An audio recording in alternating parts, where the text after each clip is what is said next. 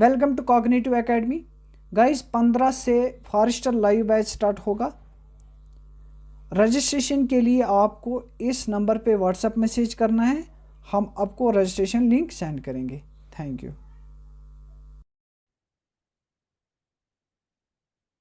Okay, so very good evening to all of you. Please don't write anything on the screen. Don't write anything on the screen.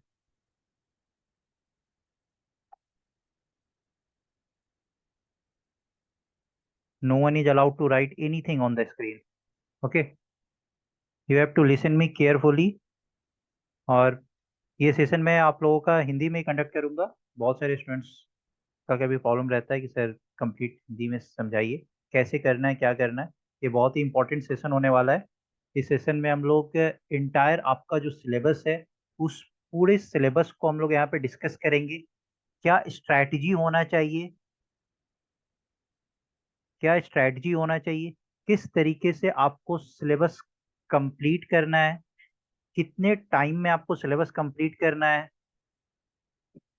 आपका notes आपको कैसे मिलेगा, notes आपको कैसे तैयार करना है, आपका रिवीजन का जो शेड्यूल होगा वो कैसा होगा, आपका रिवीजन का स्ट्रैटेजी कैसा होगा, कोई बच्चे जो वर्किंग है उनको कितने घंटे पढ़ना है, जो नॉन वर्किंग स्टूडेंट है उनको कितना घंटा ध्यान देना है। हर तरीके का क्वेरी मैं यहाँ पे लूंगा और हर तरीके से मैं इस चीज को डिस्कस करूंगा। सो आप लोग इस सेशन में प्लीज अपना पेशेंस बनाए रखें और पेशेंस के साथ साथ प्लीज थोड़ा सा डिसिप्लिन भी बनाए रखें। ठीक है, कोई भी बच्चा माइक ऑन ना करे इन बिटवीन द सेशन। जब एक बार सेशन स्टार्ट हो जाए तो आप माइक ऑन कर सकते हैं। जब आपको कोई डाउट है मेरे से आप क्वेश्चन पूछ सकते हैं, बट अभी के लिए आप लोग थोड़ी देर के लिए माइक ऑफ करें। चलिए, मैं बता देता हूँ आप लोगों को ऐसे भी पता होगा कि ये जो सेशन है ये किस चीज़ से रिलेटेड है। तो आपके स्टेट में एक फॉरेस्टर के पोस्ट के लिए वैकेंसी रिलीज किया गया है। ठीक है, ये इस चीज से रिलेटेड है। आप लोग पूछ रहे हो, सोच रहे होंगे कि सर इसका पेपर कब होगा, कैसे होगा, कितना टाइम लगेगा, हमें इतना सारा सिलेबस दे दिया है। आप देखेंगे ये सिलेबस तो आपको दिखेगा।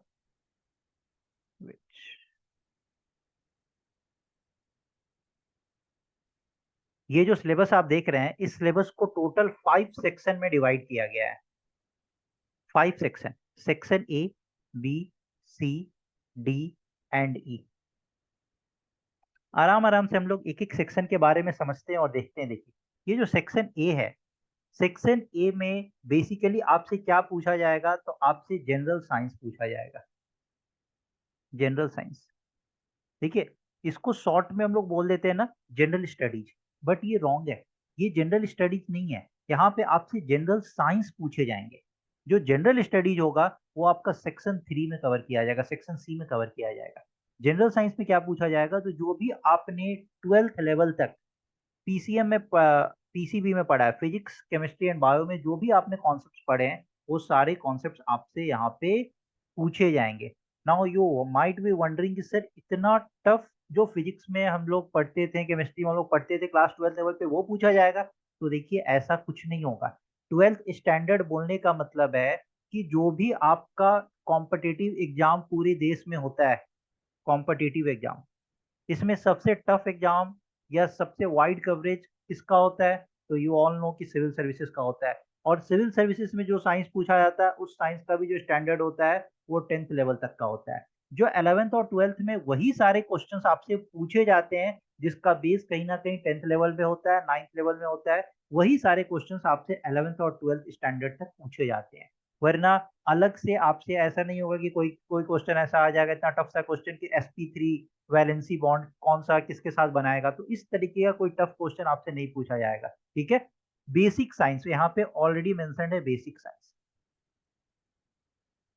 ठीक है, देखिए, इसके पहले भी आप लोगों का एक एग्जाम हुआ था, वो एआरसीएस का, असिस्टेंट रजिस्ट्रार कोऑपरेटिव सोसाइटी का जो पेपर हुआ था, उसमें भी आप लोग बहुत परेशान थे कि सर कोऑपरेटिव सोसाइटी में कैसे क्वेश्चंस आएंगे और कहाँ से क्वेश्चंस आएंगे। बट मैंने आपको बोला था कि एक जो पेपर होता है वो बहुत ही बैलेंस्ड पेपर होता है, और पेपर आपका ऐसा नहीं है कि एक ही सेक्शन से इतना टफ क्वेश्चन पूछ दिया जाएगा। और जब आप लोग पेपर दे के आए थे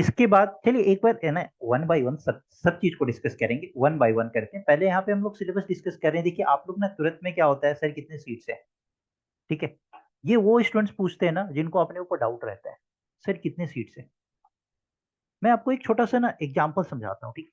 आप मुझे ये बताइएगा, पता है जिस दिन आपको पता चलता है ना कि इस एग्जाम में 500 सीट है, ठीक है, तो आप अपने मन में ये सोचते हैं कि चलो एटलीस्ट एक सीट तो हम ले ही आएंगे, और एक सीट आप अपने आप को सोचते हैं कि कम से कम 500 रैंक पे तो हम आ ही जाएंगे, लास्ट रैंक मेरा होगा। कल को अगर यही सीट 500 से घटा के 400 कर दिया जाए, तो आप सोचेंगे कि चलो लास्ट रैंक तो मेरा हो जाएगा, मतलब 400 रैंक तो मेरा हो ही जाएगा। कल यही सीट घटा के अगर 100 कर दिया जाए, तो भी आप मन में ये जरूर सोच लेते कि चलो मेरा लास्ट रैंक तो हो ही जाएगा, 100 रैंक तक तो हम आ ही जाएंगे।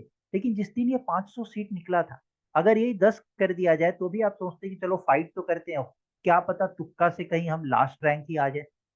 लेकिन जिस दिन यही सीट 500 के लिए निकला था, क्या उस दिन कितने बच्चे ने ये सोचा था कि हमें टॉप करना है एग्जाम को? और जिस दिन आप ये सोच लेते हैं ना कि हमें एग्जाम को टॉप करना है, आपको सीट से फर्क ही नहीं पड़ता है। सीट 5 हो, 10 हो, 15 हो, 20 हो, 25 हो, आप क्या एक से ज्यादा सीट पे सिलेक्शन ले सकते हैं क्या? नहीं ले सकते हैं ना। क्यों उस चीज में पढ़ते हैं जो चीज आपको पीछे लेके जाता है? क्यों पढ़ना उस चीजों में? उस चीज पे फोकस करिए ना जो चीज आपको टॉप करने में हेल्प करेगा। नहीं चाहते हैं क्या कि किसी एग्जाम में आप टॉप करें, आपका भी पेपर में नाम आए? हाँ, लोग आपको भी जाने, आपका मैं इंटरव्यू कंडक्ट करूं, आपको सामने बैठा के मैं आपसे इंटरव्यू कंडक्ट करूं। गॉट इट ना? तो यहाँ पे जितने भी बच्चे आए हैं ना, पहले तो आप अपना एक माइंडसेट करके आइए कि सिर्फ सीट से कोई मतलब ही नहीं है। मुझे तो एक सीट पे सिलेक्शन चाहिए, कि मुझे ये एक अपॉर्चुनिटी मिला है, ये फॉरेस्टर का पेपर हो रहा है, J&K करा रही है, मुझे इसमें सिलेक्शन चाहिए, चाहे सीट 1000 हो या एक, मुझे तो टॉप करना है, सीधी सी बात है। और जिस दिन आप टॉप करने के लिए पढ़ाई करना स्टार्ट करेंगे ना, बिलीव मी, बिलीव मी, आप इस एग्जाम को डेफिनेटली क्रैक करें। लेकिन आप क्या करते हैं, आप लास्ट रैंक के लिए तैयारी करते हैं, और इसीलिए बहुत बच्चे कट ऑफ के पास रह जाते हैं, बहुत बच्चे कट ऑफ से बाहर हो जाते हैं। हाँ, फी में रिलैक्सेशन होगी, डेफिनेटली होगी, ठीक है। फी में डेफिनेटली आप लोगों का कुछ ऐसे बच्चे होंगे जो मतलब वेल टू डू नहीं होंगे, उनकी कोई प्रॉब्लम होगी, तो उन लोगों को डेफिनेटली कंसिडर किया जाएगा, ठीक है। इस चीज पे अगर पूछते भी है तो शोभा देता है, सीट्स वगैरह पे कोई पूछने की कोई वो ही नहीं है। क्या पूछते हैं आप उससे सीट? और ये कौन लिख रहा है यहाँ पे? ये स्क्रीन पे लिख के आपको क्या मिल रहा है? क्यों परेशान कर रहे हैं मुझे भी और अपने आप को भी? हाँ, चलिए फिर से हम लोग यहीं पे आते हैं जहां से हम लोग स्टार्ट किए थे अपने पार्ट को, सेक्शन सी। सेक्शन सी में देखिए general knowledge including current events. Current events के बाद आपका हिस्ट्री का पोर्शन होगा, उसके बाद ज्योग्राफी होगा, Indian polity and constitution of India, बहुत ही मेजर पोर्शन है, और ये एक ही पोर्शन है, ठीक है।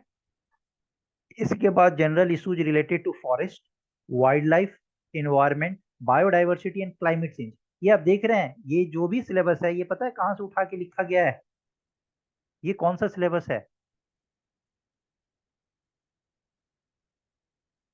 ये आप, ये माई फोन नंबर, अरे फोन नंबर मिल जाएगा यार, क्यों परेशान, मिल जाएगा phone number, don't worry.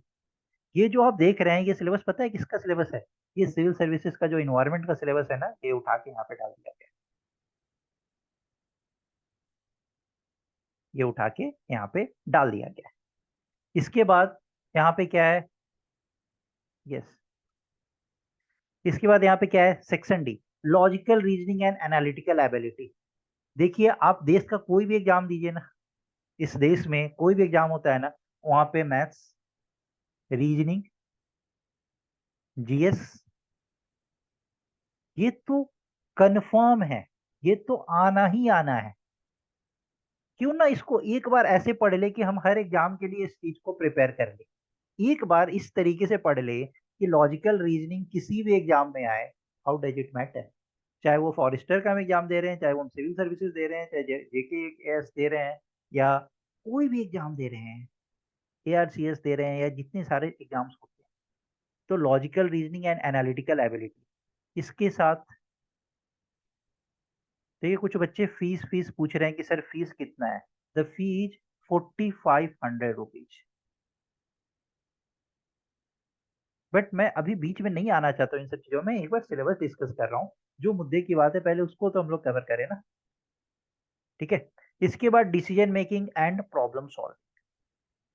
Decision making and problem solving ये कहाँ से आया है? ये decision making and problem solving ये कहाँ से आया है?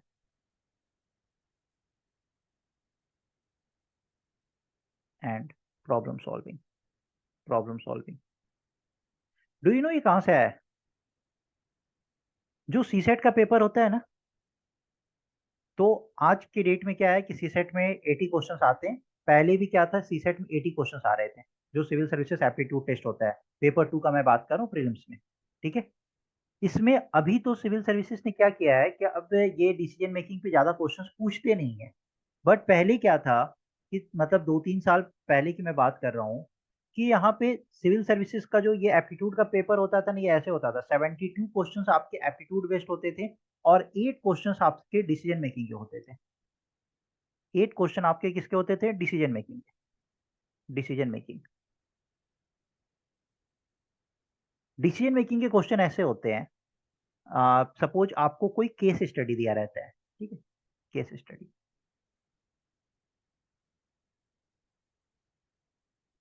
और इस केस स्टडी पे ना आपको एक पूरा एक स्टोरी बताया रहता है, ठीक है।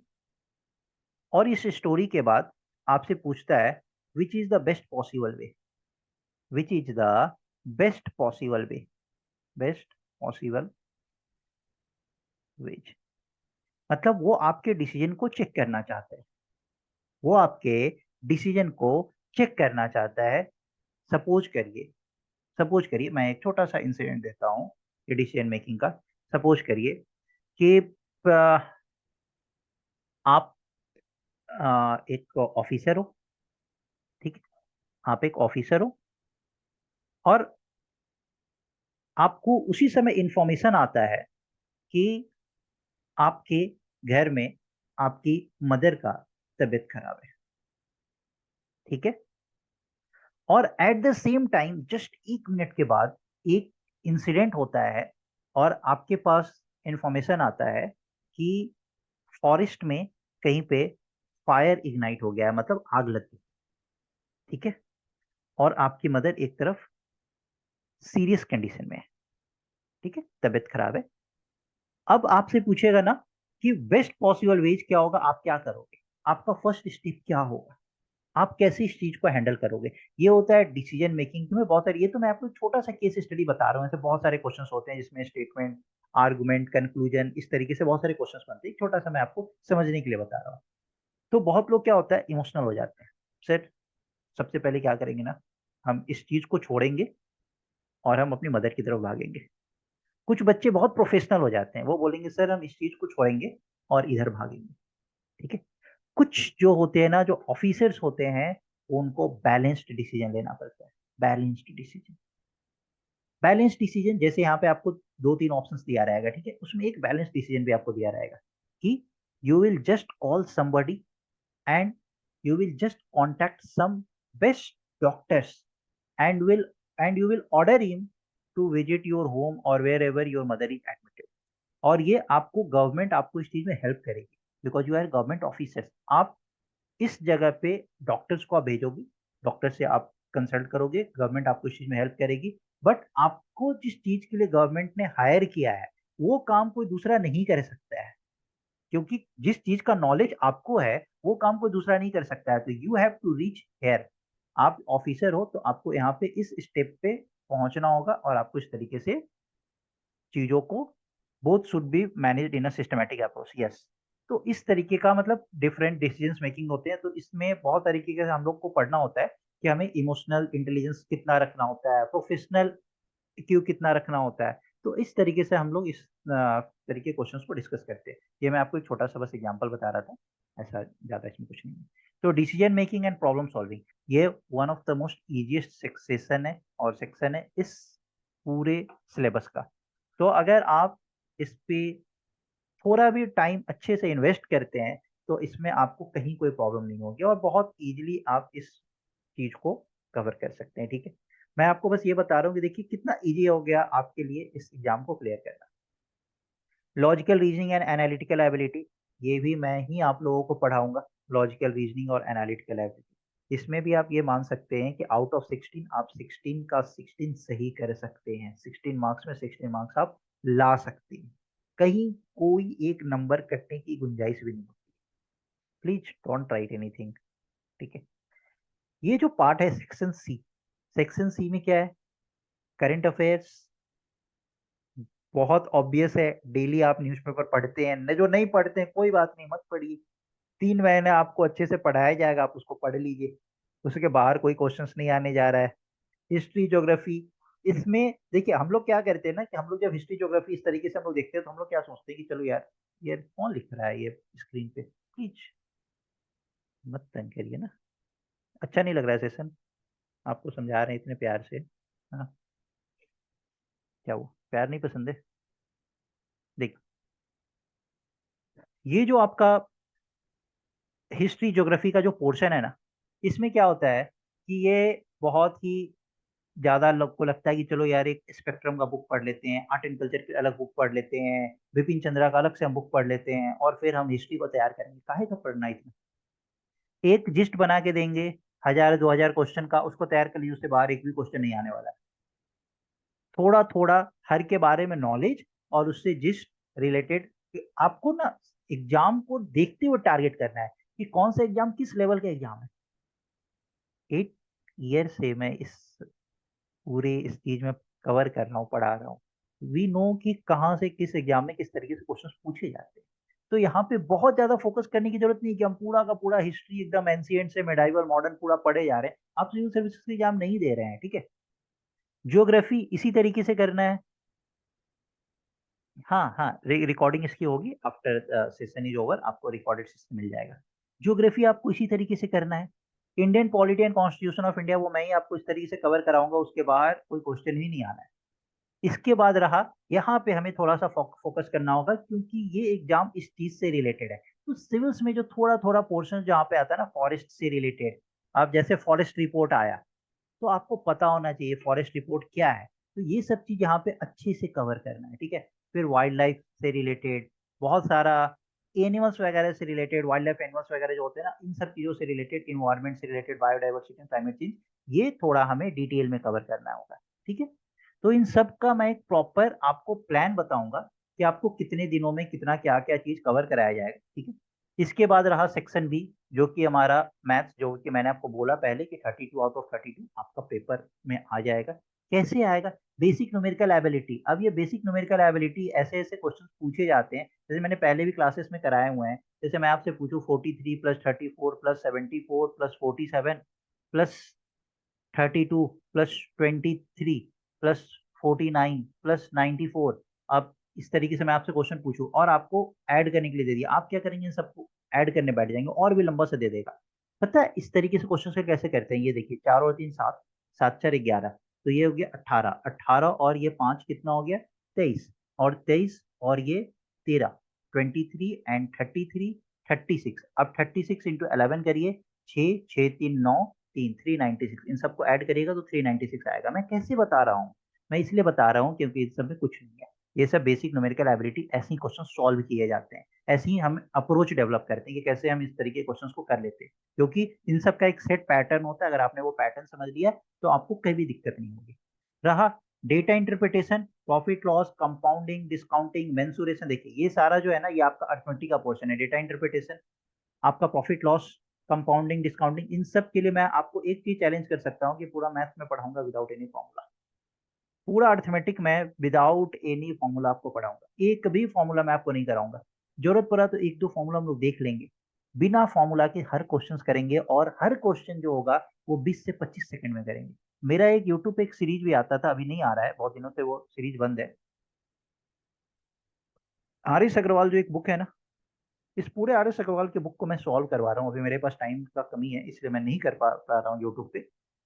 आर एस अग्रवाल के कोई भी क्वेश्चन को 30 सेकंड के अंदर सॉल्व करने का मैं आपको टेक्निक सिखाता हूँ।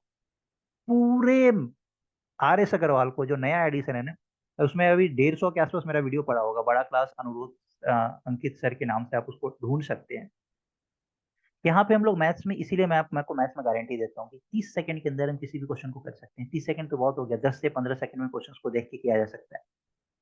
ये जो कंपाउंड इंटरेस्ट वगैरह का क्वेश्चन होता है ना, जो कि बहुत बड़ा बड़ा मेजर फॉर्मूला होता है ना, इन सब क्वेश्चन को 10 सेकंड में किया जा सकता है। ठीक है।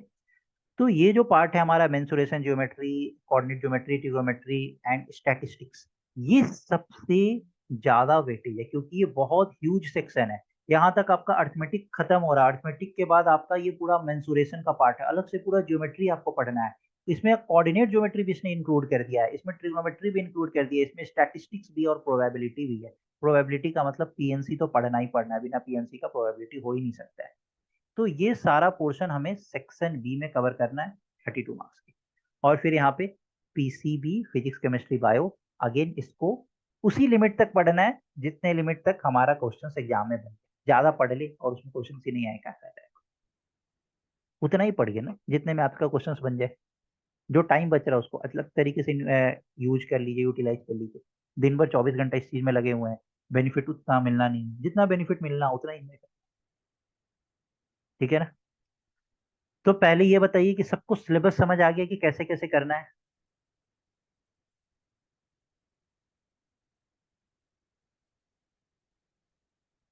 सबको सिलेबस हेलो समझ आ सर। गया। ओके। हाँ सर, आप बोलिए। इनको बोलो ये से ज्वाइन करो। हाँ सर बोलिए, आवाज आ रही है आपकी। सर बोल रहा हूँ मैं, इनको बोलो आप इसी लिंक से दोबारा ज्वाइन करो। अच्छा हाँ, ये सेशन अभी ओवर हो रहा है, तो ठीक है, अभी हम लोग 5-10 मिनट का और सेशन रखते हैं। तो आप लोग एक बार फटाफट सेम ज्वाइन। लिंक से ज्वाइन करो। ठीक है। ज्वाइन करना है ना, सेम लिंक से करो। हाँ, सेम लिंक से आप लोग ज्वाइन कर लीजिए। Okay, fine. चलो, चलिए चलिए, थोड़ी देर के लिए आप लोग सबको अपना अपना माइक ऑफ करें। सबको माइक ऑफ करें। हाँ। अब वन बाय वन जो भी क्वेरी है वो आप लोग पूछ सकते हैं, वन बाय वन। ठीक है। सबसे पहला एक क्वेरी आया है कि सर बुक्स कौन सा फॉलो करे। You have taken the class of economics, best best experience. Okay. Yes, Khalid Malik, you are there in my class. Book कौन सा फॉलो करे। आपको बुक फॉलो क्यों करना है। आपको एग्जाम क्लियर करना है ना। एग्जाम क्लियर करना है ना। उसके लिए बुक फॉलो करने की क्या जरूरत है। आपको क्लास नोट्स प्रोवाइड किया जाएगा, आपको प्रैक्टिस पेपर प्रोवाइड किया जाएगा, प्रैक्टिस पेपर प्रोवाइड किया जाएगा, आपको रिवीजन के लिए स्ट्रेटजी बताया जाएगा, और आपको बहुत सारा एमसीक्यू का सेशन प्रोवाइड किया जाएगा। क्या करिएगा बुक्स का, बोलिए।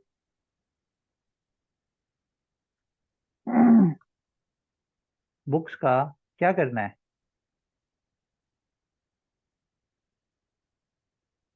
हाँ, जिसको बुक्स पढ़ने की ये है कि सर मुझे बुक्स पढ़ना है, मुझे ये सब चीज आप कवर करना है, तो आप बुक्स पढ़ सकते हैं, उसमें कोई ऐसी बात नहीं है। आप चाहें तो आप बुक्स को कवर कर सकते हैं, बट यहाँ पे हम लोग आपको सब कुछ कवर कराएंगे। आप कुछ पोर्शंस देखना चाहते हैं कि कैसे कवर कराया जाएगा, तो चलिए मैं आपको कुछ चीज़ें मैं आपके साथ शेयर करता हूँ। वेट, कुछ चीज़ें मैं आपके साथ शेयर करता हूँ कि आपको जैसे जो लग रहा है ना कि सर बुक्स के लिए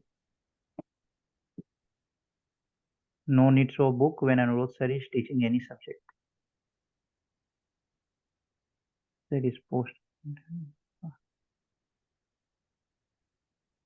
सिर्फ इसका रिटन एग्जाम होता है और फिजिकल होता है, इसका कोई इंटरव्यू वगैरह नहीं होता है। ठीक है। सर मैथ्स के लिए कोई स्ट्रेटजी, ओके ठीक है, चलिए चलिए चलिए। ओके, वेट, मैं आप लोगों को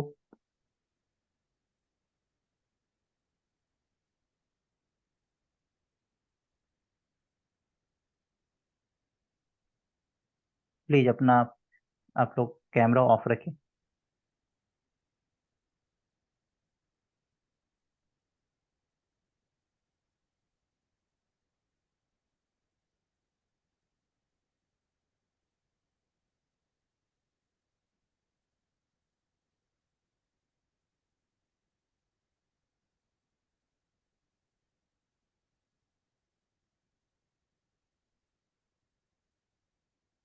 ये देखिए,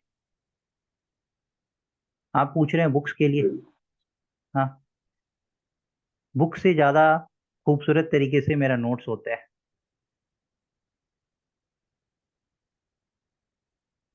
दिख रहा है आप लोगों को?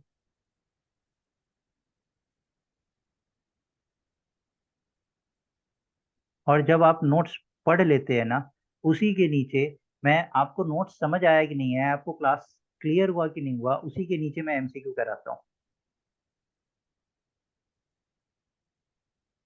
उसी के जस्ट नीचे एमसीक्यू है।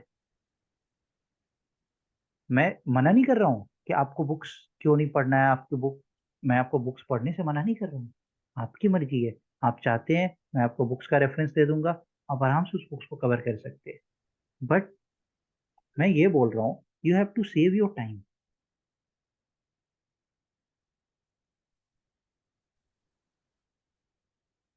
डेमो लेक्चर, सर आपके कोई डेमो लेक्चर देख सकते हैं किसी प्लेटफॉर्म पे, जैसे यूट्यूब एक्सेट्रा, काइंडली उनके लिंक प्रोवाइड करा दीजिएगा व्हाट्सएप ग्रुप में। मेरे डेमो लेक्चर तो बहुत सारे कॉग्निटिव एकेडमिक ऐप पे पड़े हुए हैं, वहां से देख लीजिए। यूट्यूब पे मैं अपना नाम बता देता हूँ। ठीक है। हमें आपको नोट्स, अरे मैं आपको पढ़ाऊंगा तो आपको नोट्स का मैं पीडीएफ नहीं दूंगा? बिल्कुल दूंगा। कंप्लीट आपको पीडीएफ मिलेगा। आपको कंप्लीट पीडीएफ यहाँ पे मिलेगा। आपको किस तरीके का आपको मतलब पीडीएफ चाहिए? जो आपको पढ़ाया जा रहा है, जैसे ये सब जो मैं आपको पढ़ाऊंगा, इसी इसी तरीके का ना, आपको छोटे छोटे जो टॉपिक्स कवर कराए जाएंगे और उसके बाद उसका पीडीएफ मिलेगा। इससे ज्यादा आपको पढ़ने की जरूरत ही नहीं है। और अगर एक टॉपिक पे अगर आप इतने सारे क्वेश्चंस कर रहे हैं, आप देख रहे हैं एक टॉपिक हुआ छोटा सा ह्यूमन हार्ट। अब इस ह्यूमन हार्ट पे पता है जितने भी एग्जाम्स में क्वेश्चंस आए हुए हैं या जितने भी कॉन्सेप्ट इससे बनते हैं, ये सारे कॉन्सेप्ट मैंने यहाँ पे करा दिए हैं। और उसके साथ उसका लॉजिक भी मैंने यहाँ पे दिया है कि आंसर्स अगर ये है तो वाई ये आंसर्स है क्यों। ठीक है। तो आपको मैं कुछ और भी क्वेश्चंस दिखाता हूँ। वेट, वेट, मैं अभी कुछ और भी शेयर करता हूँ।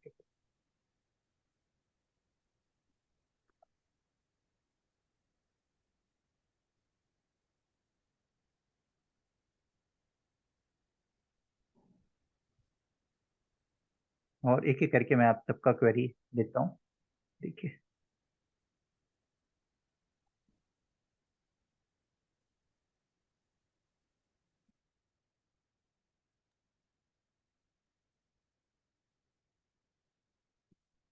यू कैन सी, आप जब देखेंगे ना क्वेश्चंस,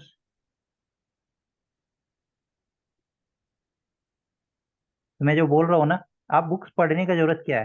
क्लास में समझा दिया गया, क्वेश्चंस दे दिया गया, और उससे रिलेटेड जो कॉन्सेप्ट है ना, वो कॉन्सेप्ट ऑलरेडी यहाँ पे लिखा हुआ है। सारे क्वेश्चंस को कर लीजिएगा ना, तो इसके बाहर एक भी क्वेश्चन नहीं आना है। Not even a single question जो इसके बाहर आ जाए।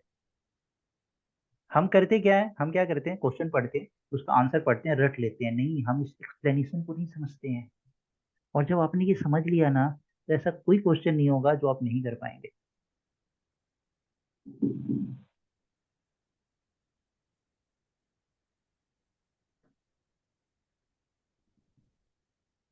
समझे?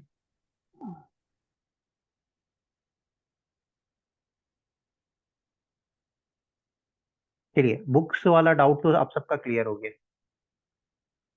और कोई डाउट है तो बताइए। अभी आपको लग रहा हो सर कि दो ही चार क्वेश्चन आप दिखा रहे हैं, अरे देखिए, ये देखिए, ये देखिए, कितने क्वेश्चन दिखाऊं मैं आपको? ये देखिए, आप देखते हैं कभी कभी कुछ भी क्वेश्चन पूछ लेता है, पोटैटो ही जा, पोटैटो क्या है? तो कभी को आजकल को क्वेश्चन पोटैटो पे है, कल को कैरेट पे, रेडिस पे, बीट पे, कॉलीफ्लावर पे, ब्रोकली पे कुछ भी पूछ सकता है ना। तो व्हाई नॉट कि हम जब एक क्वेश्चन कर रहे हैं तो उसके साथ जितने रिलेटेड क्वेश्चन है उसको हम यहीं पे खत्म करें। ये देखिए,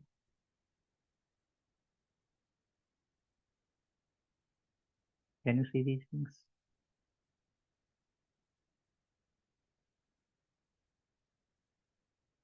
लोग छोटा छोटा सा टॉपिक में मैंने उस सबको डिवाइड कर रखा है, 1.5 2 200 क्वेश्चंस का पूरा कंप्लीट पीडीएफ मैंने इस तरीके से बनाया हुआ है।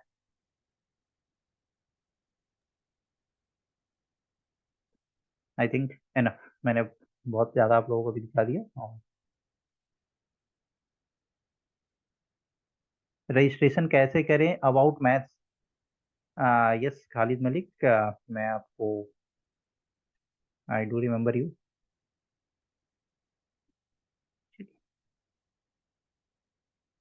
चलिए मैं अब फिर से आप लोगों को बताता हूँ कैसे क्या करना है।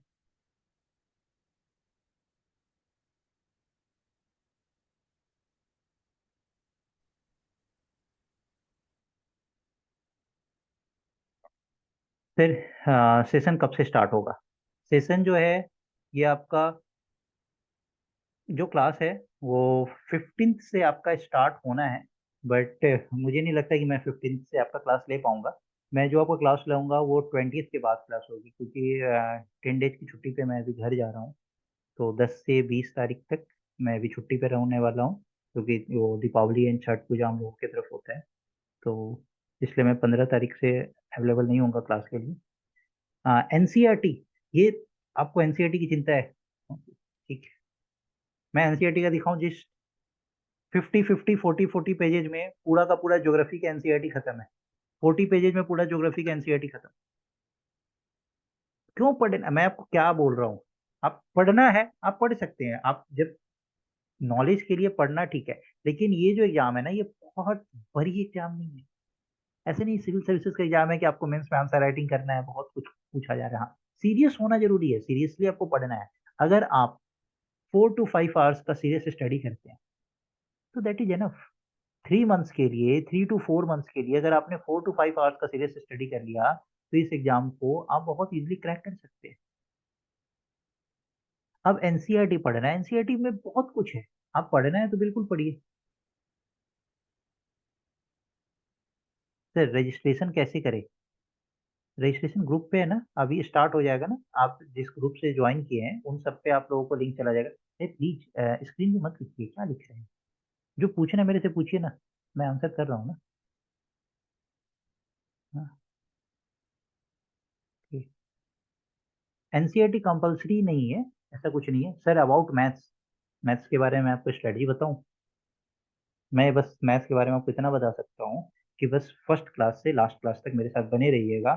मैथ्स का 100% क्वेश्चन एग्जाम में करके आइएगा, 100% क्वेश्चन। और वो भी 10 15 सेकंड के अंदर एक एक question. Still if you will ask me तो I will tell you the strategy. But कभी कुछ चीजें मतलब पढ़ाने में ज्यादा मजा आता है अदर देन बताने में। He is the best teacher I have already studied with him by swear, one of the dedicated and efficient teacher I have never seen in my life. Malik Mushtaq. Malik आपने मेरे से पढ़ा है? Okay thank you Malik. नहीं नहीं ऐसा कुछ नहीं है, कोर्ट केसेस वगैरह ये सब जब भी कुछ होता है ना तो ये र्यूमर फैल जाते हैं। आपको ग्रुप में पीडीएफ मिलेगी। हाँ, डेमो लेक्चर्स आप मेरा देख सकते हैं, बिल्कुल देख सकते हैं। बहुत जल्दी भी वीएलडब्ल्यू का एग्जाम बहुत जल्द आप लोगों का होने वाला है। वीएलडब्ल्यू के लिए मैंने आप लोगों को मैथ्स और रीजनिंग पढ़ाया था ना। Yes, no need of books when Rose sir is teaching any subject. Okay, maths का कोई स्ट्रेटजी? ठीक है, मैथ्स का मैं बताता हूँ। फॉरेस्टर का एग्जाम मैंने बताया तो। फॉरेस्टर का एग्जाम जो होगा वो आपका टेंटेटिव है, मार्च में होना। मार्च में टेंटेटिव है। सिर्फ एक दिन में कितने क्लासेस होंगे? स्टार्टिंग में आपके एक दिन में 2 क्लासेस होंगे। और इसके बाद जब आपका कभी रिवीजन क्लासेस वगैरह चलेगा तो एक दिन में फिर आपकी 3 क्लासेस हो जाएंगे, उससे ज़्यादा क्लास आपका नहीं होगा। और क्लासेस का जो टाइम रहेगा वो मॉर्निंग में और इवनिंग में रहेगा, मॉर्निंग एंड इवनिंग। क्योंकि बहुत बच्चे जॉब पे जाते हैं तो उनके लिए भी प्रॉब्लम नहीं होना चाहिए कि उनको कोई दिक्कत हो रही है, वो क्लास नहीं ले पा रहे हैं, इसलिए आपका क्लास मॉर्निंग एंड इवनिंग का होगा। हाँ, और क्या डाउट है आपका?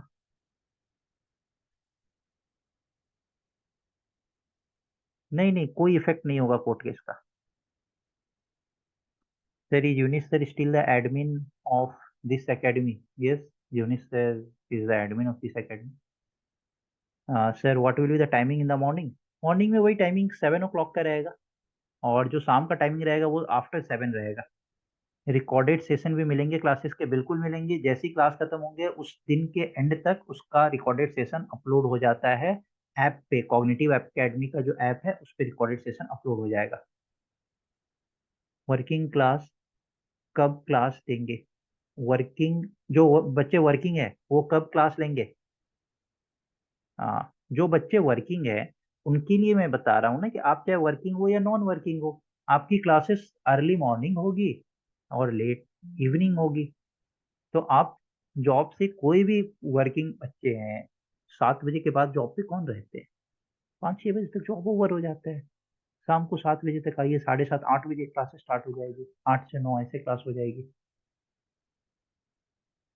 कौन रहता है उसके बाद? ठीक है, चलिए। सर VLW के एग्जाम 1 मंथ बाद हैं। अब इस महीने में क्या स्ट्रेटजी होनी चाहिए? सर अबाउट बायोलॉजी सिलेबस कितना लेवल रहेगा? मैंने अभी बायोलॉजी का ही दिखाया था, क्योंकि फिजिक्स केमिस्ट्री तो फिर भी बच्चे कर लेते हैं, बायो का बच्चे थोड़ा सा वो करते हैं। अच्छा, आप पूछ रहे हैं VLW के एग्जाम के लिए क्या स्ट्रेटजी रहेगी? देखिए, VLW के एग्जाम के लिए आपको जो फोकस करना है, जो आपका फोकस एरिया है, वो आपका थोड़ा सा आपका जीएस का एरिया है एंड मैथ्स एंड रीजनिंग पे फोकस करिए। अगर आपने मेरा क्लासेस लिया है तो बस उसी को एक बार कंप्लीट उस क्लासेस को रिवाइज कर लीजिए, not more than that. Sir syllabus कितने टाइम में कंप्लीट होगा? सिलेबस 3 मंथ्स में आपका कंप्लीट हो जाएगा। ठीक है,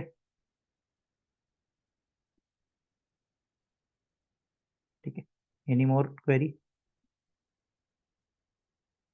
provide link for registration. Link provide करूँ रजिस्ट्रेशन? हाँ, वो आपको ग्रुप पे प्रोवाइड हो जाएगा ना। आप जिस ग्रुप से ज्वाइन किए हैं ना, आप लोग का एक ग्रुप बनेगा और उस ग्रुप से आप लोग को वो सब चीज़ प्रोवाइड हो जाएगा। फॉरेस्टर सिलेबस का ही मैं बता रहा हूँ, 3 मंथ्स। मैं यहाँ पे फॉरेस्टर एग्जाम को ही फोकस कर रहा हूँ ना। सर फॉर्म भरते टाइम हम अंडर ग्रेजुएट थे, अब ग्रेजुएशन कंप्लीट हो गया है तो कोई इशू तो नहीं? नहीं, कोई इशू नहीं। Sir provide link for registration. हाँ, रजिस्ट्रेशन हो जाएगा। सर क्लास का टाइमिंग क्या होगा बता तो दिया मैंने। सुबह मॉर्निंग में 7 o'clock की टाइमिंग रहेगी, और जो शाम का टाइमिंग होगा ना वो 8 to 9 होगा, और लेट नाइट एक 9 to 10 हो सकता है। तो स्टार्टिंग में 2 क्लास चलेगी, तो एक मॉर्निंग और एक इवनिंग। और जब 3 क्लासेस चलेगी तो सुबह ये फिर ये बेसिकली आपकी जनरली आपके रिवीजन क्लासेस होंगी। ठीक है, जब ज़्यादा जरूरत पड़ेगा तब हम लोग 3 क्लास करेंगे, ऐसे हम लोग 2 ही क्लास लेके चलेंगे, और स्टार्टिंग में तो 2 ही क्लास रहेगी। Sir this is lengthy syllabus. हाँ, मैं जान रहा हूँ लेंदी सिलेबस है। इसमें सबसे ज्यादा लेंदी क्या है? जैसे मैंने आपको मैंने कितना शॉर्ट में चीजें बताया है। आपको जैसे PCB, फिजिक्स केमिस्ट्री बायो, अब बायो कौन पढ़ेगा उतना? तो मैंने आपको दिखाया है ना तरीका पढ़ने का। सिलेबस नहीं, इतना जल्दी सिलेबस नहीं चेंज होता। बोर्ड बोर्ड ऐसा नहीं होता है कि वो मतलब वो आज कुछ डिसीजन ले कल कुछ डिसीजन ले। बोर्ड इसी तरीके से होता है, जब उसने सिलेबस दे दिया है तो you have to follow that. मैं इसीलिए तो बता रहा हूँ कि आपको कितने टाइम में कितना ज्यादा आप बेनिफिट ले सकते हैं, उसी चीज को फोकस करना है। सिलेबस सबसे ज्यादा किसका है? मैथ्स का सिलेबस सबसे ज्यादा है।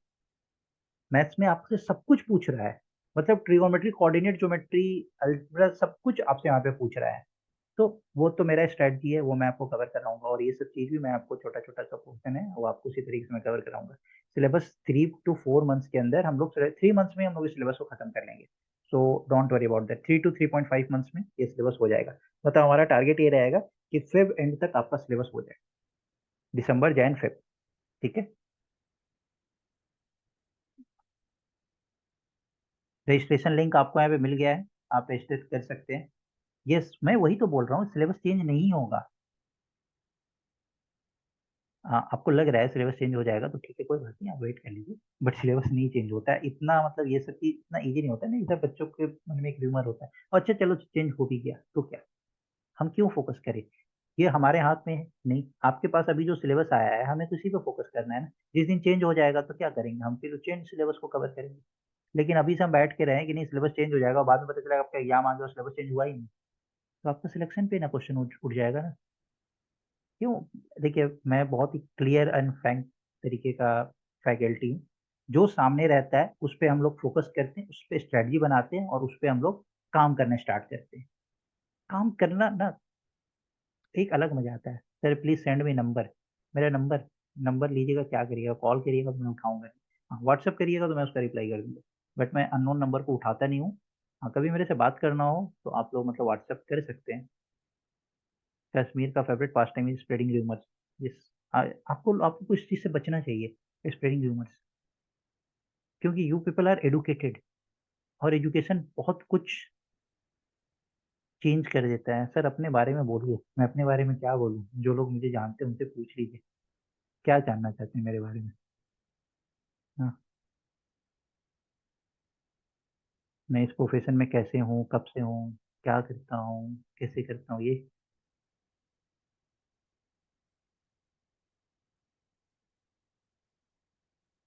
कुछ मैं। आपकी क्वालिफिकेशन एक्सेट्रा। हाँ, देखिए मैं बीटेक होल्डर हूँ, मैंने बीटेक क्लियर किया है। इसके बाद मैंने इंडिया के बहुत सारे एग्जाम्स को क्लियर किए हैं, एसएससी, बैंकिंग, आरबीआई, इन सब एग्जाम्स को मैंने क्लियर किया है। मैंने यहाँ से इस बैंकिंग सेक्टर से मैंने रिजाइन किया है, और मैं पिछले 7-8 साल से इसी प्रोफेशन में हूँ। मैंने ऑल इंडिया क्लासेस ले रहा हूँ। मेरा क्लासेस नॉर्थ ईस्ट तक भी चलता है। अभी मैं बालाजी करियर फाउंडेशन का एकेडमिक हेड भी, एकेडमिक हेड। अगर आप बालाजी करियर फाउंडेशन .com अगर आप वेबसाइट ओपन करते हैं तो उसमें देखिएगा सबसे पहला मेरा ही फोटो आएगा एज एन एकेडमिक हेड। और मैं ऑल ओवर इंडिया क्लासेस लेता हूँ। और मैं क्या बोलूँ आपको, आपको मेरे से पढ़ने से मतलब है, क्या जानना चाहता है? अ, सर जिसने अभी तक कुछ नहीं पढ़ा है वो उसको फायदा होगा, और वो जूम क्लासेस ले ले। बिल्कुल, सारा क्लासेस जूम पे ही होगा। और जो आपको, अच्छा एक चीज मैंने बताई नहीं, मुझे कोई फर्क नहीं पड़ता है कि आप कितना जानते हैं। आप जीरो लेवल से भी मेरे क्लास में आइएगा, मुझे कोई फर्क नहीं पड़ता। मुझे सिर्फ एक चीज का फर्क पड़ता है, क्लास में डेडिकेशन और डिसिप्लिन, ये दोनों बस आपके अंदर होना चाहिए। डेडिकेशन और डिसिप्लिन। जीरो लेवल से भी आइएगा, कोई फर्क नहीं पड़ता। आज तक आपने कुछ नहीं पढ़ा, कोई दिक्कत नहीं है, मैं मल्टीप्लाई डिवाइड भी सिखाता हूँ क्लास में, बहुत अलग तरीके से सिखाता हूँ। Sir please provide your WhatsApp number. ठीक है, मैं कहाँ से हूँ? मैं दिल्ली से हूँ। आपने मेरा मोटिवेशनल वीडियो देखा बालाजी यूट्यूब चैनल पे? वो क्योंकि वो नॉर्थ ईस्ट का है, और अभी अभी वो वहाँ पे वो चैनल स्टार्ट हुआ है। वो ऑफलाइन में वो कोचिंग बहुत ही बड़ा कोचिंग है, बट ऑनलाइन में भी हम लोग वहाँ पे एंटर किए हैं। तो आपने मेरा मोटिवेशनल वीडियो देख लिया है, चलिए ठीक, अच्छी बात है। अ, सर आप कहाँ से हो? मैं दिल्ली से हूँ, और मेरा होम टाउन जो है, मतलब होम स्टेट जो है वो बिहार है, बट मेरा जो वर्किंग स्टेट सिटी है वो दिल्ली है। अच्छा, आपने मेरा मोटिवेशनल वीडियो देख लिया तो कैसा लगा? Sir fee for OBC student, देखिए ये जो फी वाली मैटर है ना, फी वाली जो बात है, ये आप जो इंस्टीट्यूट के हेड हैं यूनि सर, ये उनसे आप डिस्कस कर लीजिएगा। मेरे से हर चीज़ के बारे में डिस्कस करिए, सर कैसे पढ़ना है, क्या स्ट्रैटेजी होना चाहिए। बट फी रिलेटेड चीज मैंने आपको फी बता दिया, 4500 फी है। बट अब ओबीसी के लिए क्या है, कितना डिस्काउंट है, कैसे डिस्काउंट है, ये सब चीज़ आप सर से डिस्कस कर लीजिएगा, ठीक है?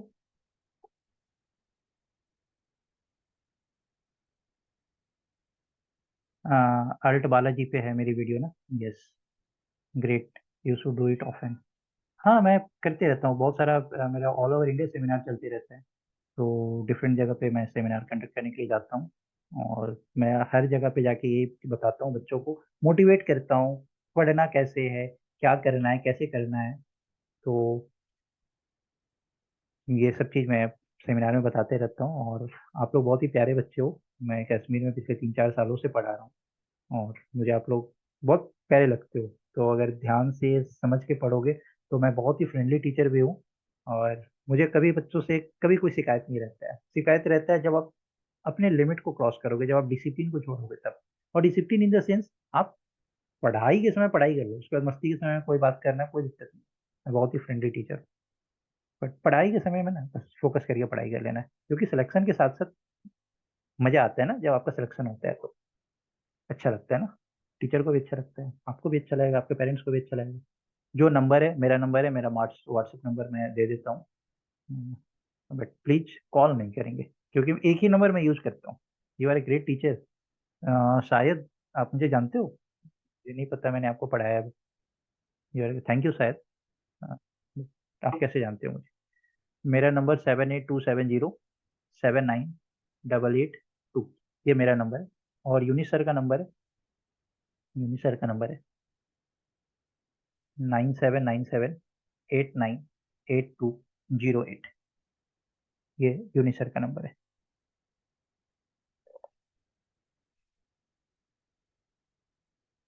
ठीक है ना? तो इस नंबर पे आप फी वगैरह से रिलेटेड मैटर इस पे आप डिस्कस करिएगा, और अगर कोई स्ट्रेटजी रिवीजन कैसे होगा, क्लासेस क्या होगा, ये सब चीज मैं आपको डिस्कस करूंगा। हाँ, अच्छा, ऑन ऐप पे आपने मुझे देखा है। अच्छा, आपने मेरा VLW का क्लासेस देखा है। Okay, fine. फिर अगर सिलेक्शन मिले तो आपसे मिलूंगा जरूर, डेफिनेटली। आपका डेडिकेशन अगर 50% होगा ना, तो मेरा डेडिकेशन 100% होगा। और अगर आपका डेडिकेशन अगर 100% होगा, तो मुझे बोलने की जरूरत नहीं है। अब हमें क्या करना है? हाँ, अब आपको क्या करना है, आप लोगों को रजिस्ट्रेशन करना है, और रजिस्ट्रेशन करने के बाद आप लोगों का एक सेशन लगाया जाएगा। इस सेशन में आप लोगों को कंप्लीट स्ट्रैटेजी और कैसे कैसे सिलेबस को कवर कराया जाएगा, ये सब कुछ आपको बताया जाएगा। और इसके बाद हम लोग डायरेक्ट को क्लास को स्टार्ट करेंगे। ठीक है सर? इस पोस्ट में बड़ा कंपटीशन होगा। अरे कंपटीशन होगा तो क्या दिक्कत है, होगा तो होगा, होने दीजिए। भीड़ होता है तो अच्छा लगता है ना। आपको डिसाइड करना है कि आप उस भीड़ से अलग कैसे होंगे। जितना ज्यादा कंपटीशन होगा और उसके बाद आपका सिलेक्शन होगा, तो आपको खुशी उतना ज्यादा होगा ना। हाँ? छोटे कंपटीशन में फाइट करके क्या होगा? इंडिया जब ऑस्ट्रेलिया को हराता है तो ज्यादा खुशी होता है कि इंडिया जिम्बाब्वे को हराता है तो ज्यादा खुशी होता है।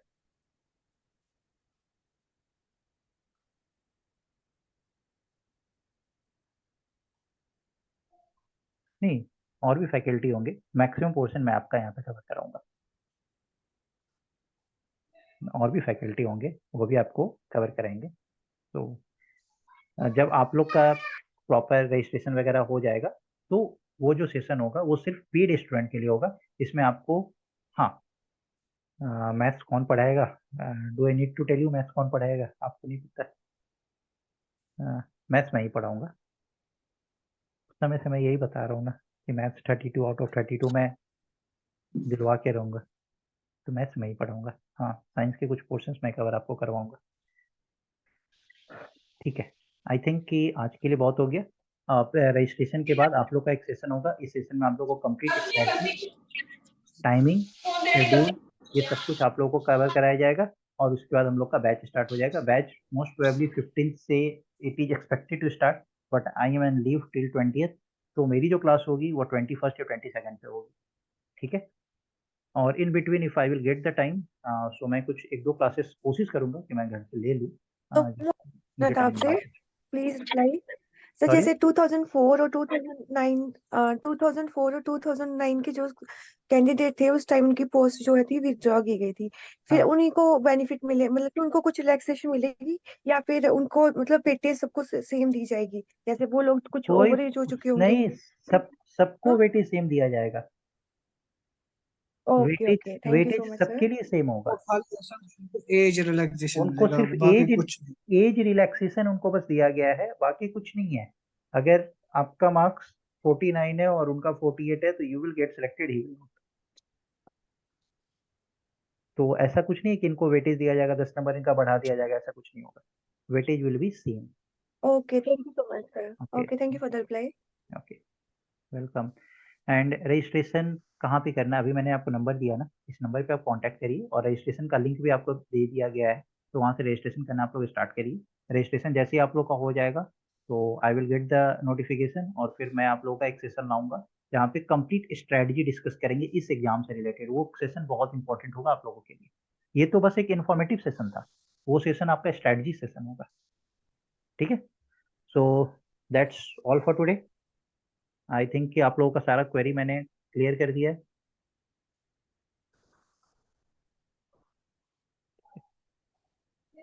चलिए, so thank you, bye all of you, good night. Okay, thank you.